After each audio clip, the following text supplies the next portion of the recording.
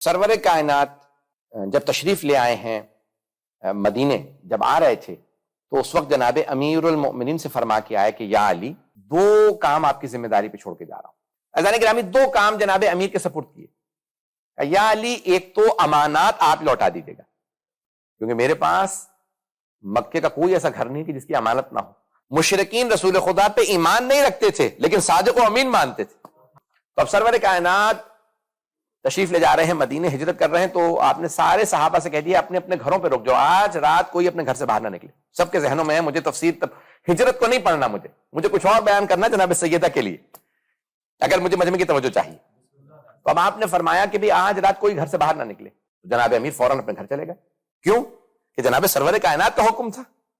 پتہ نہیں بات پہنچا پا رہا ہوں یا نہیں، کیا فوراً گھر چلے گئے؟ سرور کائنات کا حکم ہے اپنے اپنے گھروں پہ رہو، کوئی گھر سے آج باہر نہ نکلے۔ اتنے میں سرور کائنات نے اپنے غلام کو بلایا کہ جاؤ جا کے میرے بھائی علی کو بلا لا۔ بلانا ہوگا تو خود بلا لیں گے، جناب امیر بھی جانتے ہیں کہ سرور کائنات بلانا ہوگا خود بلا لیں گے۔ اب کہا جاؤ جا کے میرے بھائی علی کو بلا لاؤ۔ جیسے بلایا کہ یا علی، آج رات میرے بستر پہ سو جائیے گا۔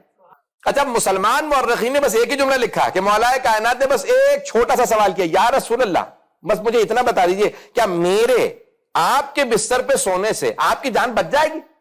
تو سرور کائنات نے فرمایا ہاں یا علی، میری جان بچ جائے گی۔ تو مسلمان سب کے سب یہ جملہ لکھتے ہیں، تاریخ اسلام میں پہلا سجدہ شکر علی بن ابی طالب بجالا، فوراً سجدہ شکر میں گر گئے کہ پروردگارا تیرا کتنا شکر ادا کروں، تو نے مجھے اس قابل بنایا، میں تیرے رسول کی جان بچا رہا ہوں۔ اور کوئی اس قابل نہیں تھا کہ بستر رسالت پہ سو سکے، جسے جان دینی ہو، جس کے جسم سے ویسا ہی نور نکل رہا ہو جیسا سرور کائنات کے جسم سے نور نکلتا ہے۔ تو جناب امیر فوراً کہا یا علی، دوسری ذمہ داری آپ کی یہ ہے، میرے گھر میں امانات رکھی ہیں، آپ امانات لوٹا آئیے گا، میرے بستر پہ سونا ہے۔ اور تیسری بھی ایک اور ذمہ داری دی، کہا کہ فواطم، جمع ہے فاطمہ کی، ان کو سب کو لے آئیے گا مدینے، اپنی والدہ کو، میری بیٹی کو اور فاطمہ بنت زبیر، سب کو آپ مدینے لے آئیے گا۔ کہا یا رسول اللہ ٹھیک ہے۔ ہجرت کا واقعہ ذہنوں میں ہے، مجھے ہجرت کا واقعہ پیش نہیں کرنا۔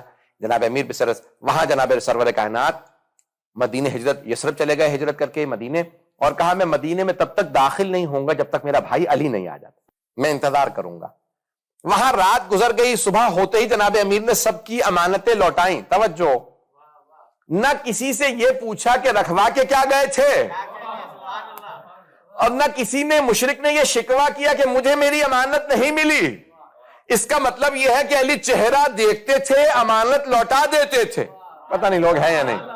وَلَا يُؤَدِّي عَنِّي إِلَّا عَلِي، کوئی بھی امانتوں کو میری طرف سے لوٹا ہی نہیں سکتا سوائے علی کے۔ امانتیں لیں گے ہم، لوٹائیں گے علی۔ اب جناب سرور کائنات اشارہ کر رہے ہیں کہ کوئی جانتا ہی نہیں ہے، بتانے کی ضرورت نہیں ہے، جو امانتیں بغیر دیکھے چہرہ دیکھ کے بتا دے کون سی امانت کس کی، اسے علی کہتے ہیں۔ تو عزیزان گرامی، جناب امیر المؤمنین ایک مرتبہ ساری امانتیں لوٹا کے آئے، اور آنے کے بعد فواطم سے، اپنی والدہ سے کہا، سب سے بیویوں سے کہا کہ بھئی میں نے حبیب خدا سے وعدہ کیا تھا کہ سب کو مدینے پہنچاؤں گا، چلیے میرے ساتھ۔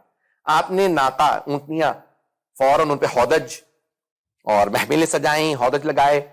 ہودج جو لکڑی کا اس پہ رکھا جاتا ہے پالان، اور اسے ہودج کہا جاتا ہے، اس پہ باقاعدہ محملیں سجا دیں کہ بھئی یہ خواتین کا مستورات کا معاملہ ہے، ان کا سفر آسان ہو، پردے کا اہتمام رہے، سب کے لیے محملیں سجائیں۔ کہا کہ بھئی آپ سب لوگ سوار ہو جائیں اور قافلہ میرے ساتھ چلے گا۔ اب سارے مشرکین جمع ہوئے، کہہ رہے محمد تو چلے گئے مدینے، یثرب چلے گئے۔ توجہ، کہ محمد صلی اللہ علیہ وسلم تو چلے گئے لیکن ان کی بیٹی مکے میں رہ گئی ہیں، کیوں نہ ہم سب مل کے ان کی بیٹی کو اسیر بنا لیں؟ اگر انہیں اسیر بنا لیں گے تو محمد کو واپس مکے آنا پڑے گا، اور اس طرح سے وہ ہمارے قبضے میں آ جائیں گے۔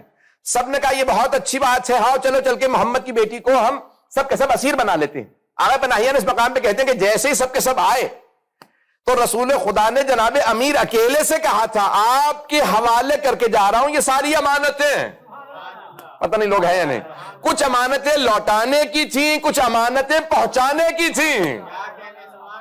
تب ایک مرتبہ جناب امیر المؤمنین نے جیسے ہی آتا دیکھا، اب تک کسی نے تلوار نہیں دیکھی تھی علی کے ہاتھوں میں، جیسے ہی سارے مکے کے مشرکین جناب سیدہ کو اسیر بنانے کے لیے آئے، جناب امیر نے اس طرح سے للکارا، تلوار ہاتھ میں کھینچی کہ للکارتے ہوئے جیسے ہی میدان میں اترے مارنے کے لیے تو سب کے سب کہنے لگے بھاگو، اس کی آنکھیں عجیب ہیں، یہ شیر کی طرح دیکھ رہا ہے۔ بہت بڑی بڑی آنکھیں جناب امیر کی سرخ ہو گئی ہیں، کب بھاگو۔ ایک مرتبہ کسی نے نعرہ لگایا، سب کے سب بھاگنے لگے، پتہ نہیں توجہ ہے یا نہیں۔ جیسے ہی سب بھاگے جناب امیر ایک مرتبہ رکے، کیونکہ بھاگنے والوں کے پیچھے بھاگتے نہیں تھے، پتہ نہیں لوگ ہے یا نہیں ہے، فرار کرنے والوں کے پیچھے نہیں جاتے تھے مولا، سب کو بھاگنے دیا۔ جب سب بھاگ گئے تو ایک مرتبہ کھڑے ہوئے، اور کھڑے ہونے کے بعد جناب فاطمہ کی محمل کی طرف اشارہ کر کے کچھ پہنچے ہیں، جناب سیدہ سے مخاطب ہوئے، اور بی بی سے مخاطب ہونے کے بعد خطاب کر کے ایک جملہ کہا کہیں آپ کو خوف تو طاری نہیں ہو گیا تھا، اتنا بڑا مجمع آ گیا ہے؟ بھئی یہ جناب امیر جناب سیدہ سے تعارف کروا رہے ہیں اپنا، تو کہیں خوف طاری تو نہیں تھا، اتنا مجمع آ گیا اسیر بنانے کے لیے؟ تو جناب فاطمہ نے ایک جملہ فرمایا، کہا اسے کیا خوف ہو سکتا ہے جس کے لیے علی ابن ابی طالب حفاظت میں ہو، جس کی حفاظت کے لیے علی ابن ابی طالب موجود ہوں، اسے کون سا خوف طاری ہو سکتا ہے؟ اب جناب امیر نے اس مقام پہ علماء عجیب و غریب ایک جملہ نقل فرماتے ہیں، کہتے ہیں پھر جناب امیر وہ جو اونٹ سے، آپ جانتے ہیں نا کہ اونٹوں کی جو مہار باندھی جاتی ہے تو قطار میں چلتے رہتے ہیں، ایسا ہے یا نہیں؟ لیکن علماء فرماتے ہیں کہ اب جناب امیر اونٹ پہ سوار نہیں ہوئے، پورے راستے جناب سیدہ کی اونٹنی کی مہار کو تھامے رکھا کہ سرور کائنات سے وعدہ کر کے آیا تھا، اب میں فوراً جناب سرور کائنات جب تک پہنچ نہ جاؤں اب میں اونٹ پہ سوار نہیں ہوں گا۔ تو جناب امیر مکے سے پیدل پاؤں پیادہ مدینے آئے، جیسے ہی مدینے پہنچے تو آپ کے ہاتھ میں مہار تھی، جیسے ہی مدینے پہنچے سرور کائنات استقبال کے لیے سامنے سے آ گئے۔ تو روایت کے الفاظ ہیں جناب سرور کائنات جیسے ہی آئے تو جناب امیر کو فوراً گلے لگایا، چومنے لگے، پیار کرنے لگے، اور آپ کے آنسو بہنے لگے کہ بھئی آپ کی جان خطرے میں تھی، میں یہاں آ گیا تھا، میری بیٹی، میری چچی یعنی آپ کی والدہ، دوسری بیویاں سب آپ کے حوالے کرایا تھا۔